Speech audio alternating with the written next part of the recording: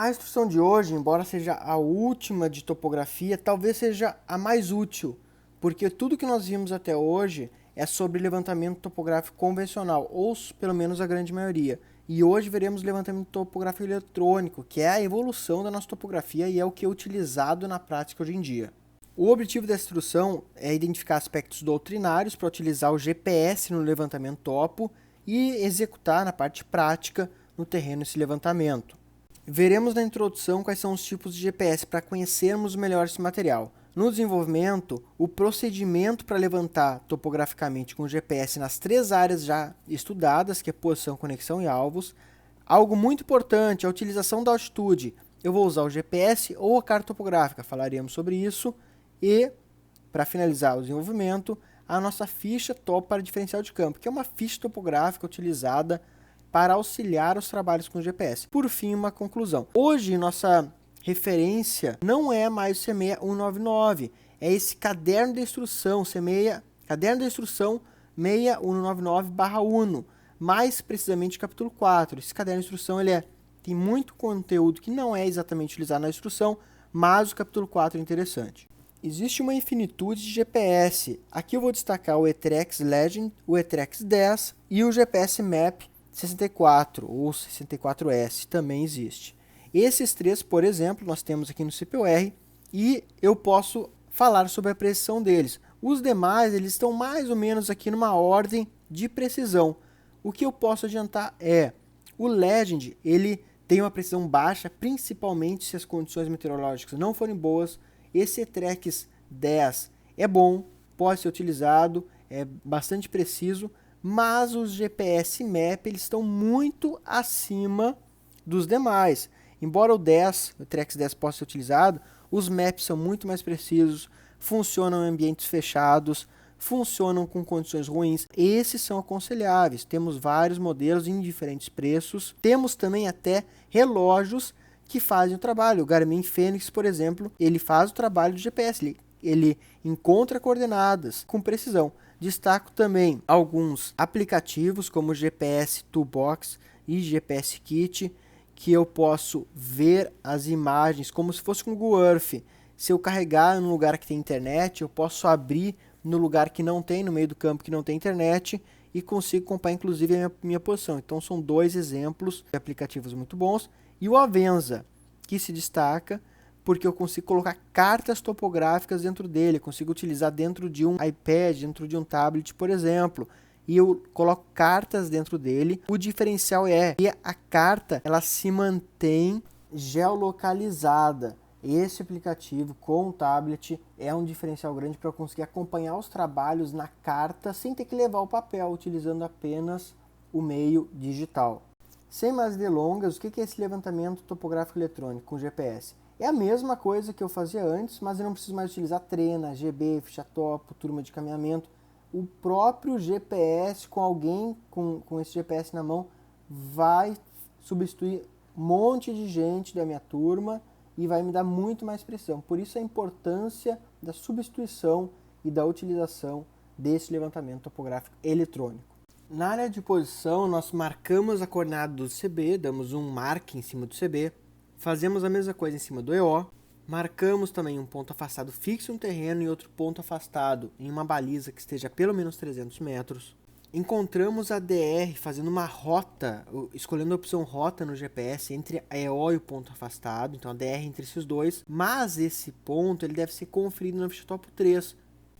Inclusive, é pouco precisa essa medição direto no GPS. Eu sugiro, e é assim que eu trabalho, não utilizar a rota para encontrar DR ou DV também. Eu utilizo a ficha topo 3 para encontrar esse lançamento entre 2 pontos, que no caso entre EO e ponto afastado é DR.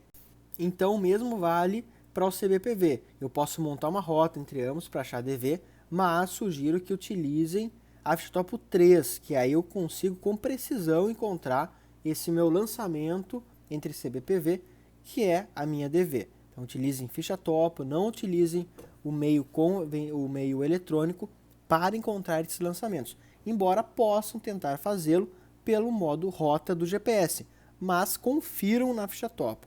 Esses dados que eu levantar, eu vou informar se tira e linha de fogo. São eles então CB, EO, ponto afastado, e o AV, que é minha DR menos DV.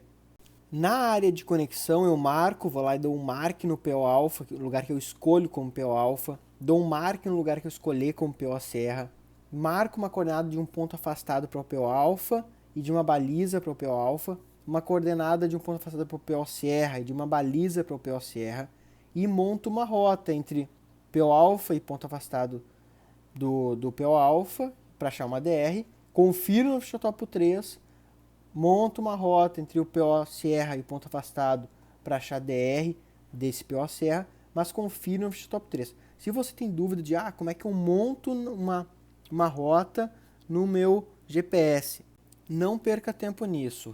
Dê um mark para encontrar as coordenadas precisas que você quer de PO e de ponto afastados e utilize a ficha top 3 rapidamente. A ficha top 3 é uma ficha rápida de ser feita para encontrar esses lançamentos. É muito mais preciso e garantido do que você tentar utilizar a rota e encontrar um dado errado.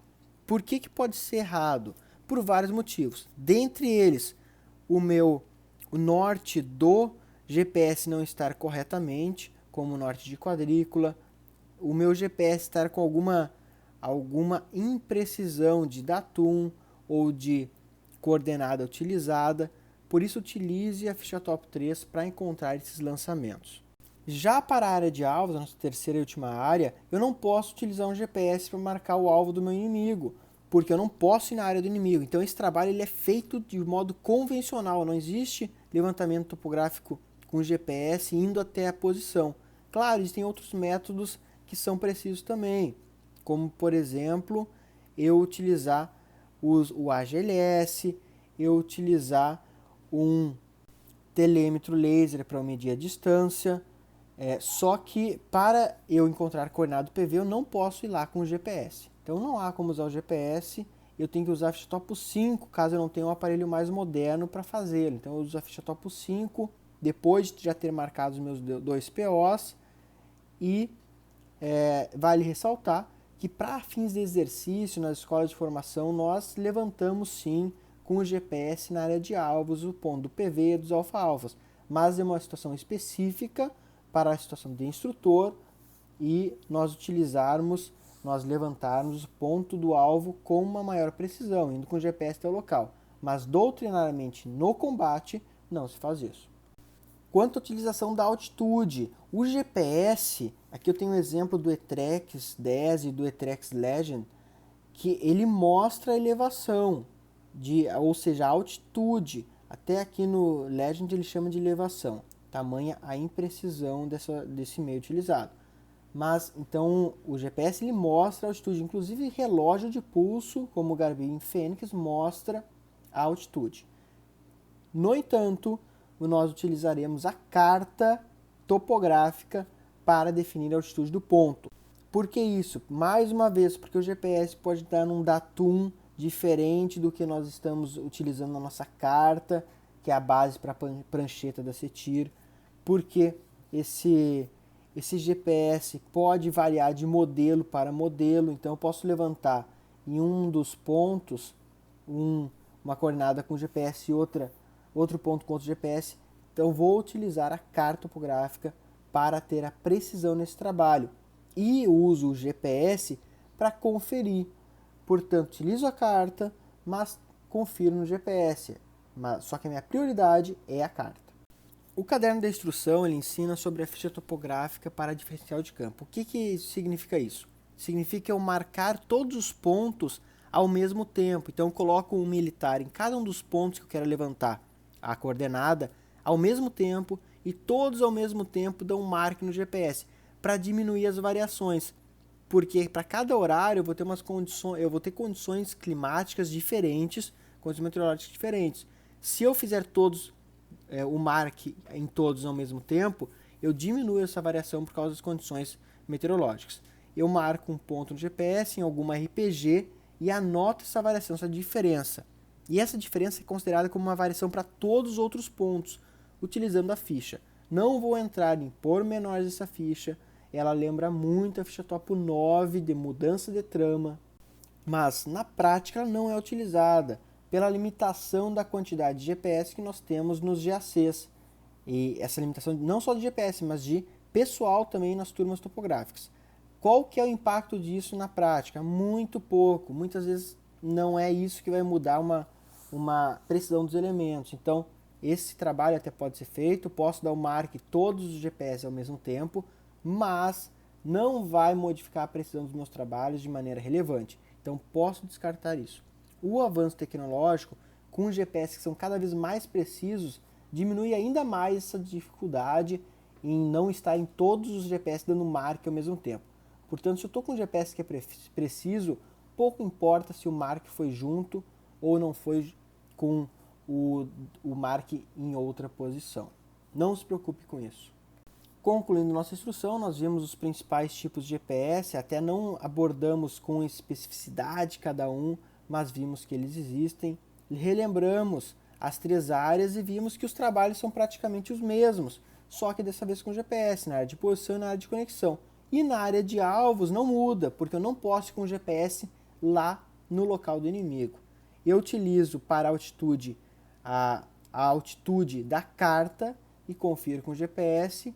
E vimos também que existe a ficha topográfica para diferencial de campo, que é quando eu dou o mark do GPS em todos os pontos ao mesmo tempo, para diminuir as variações por conta das condições climáticas.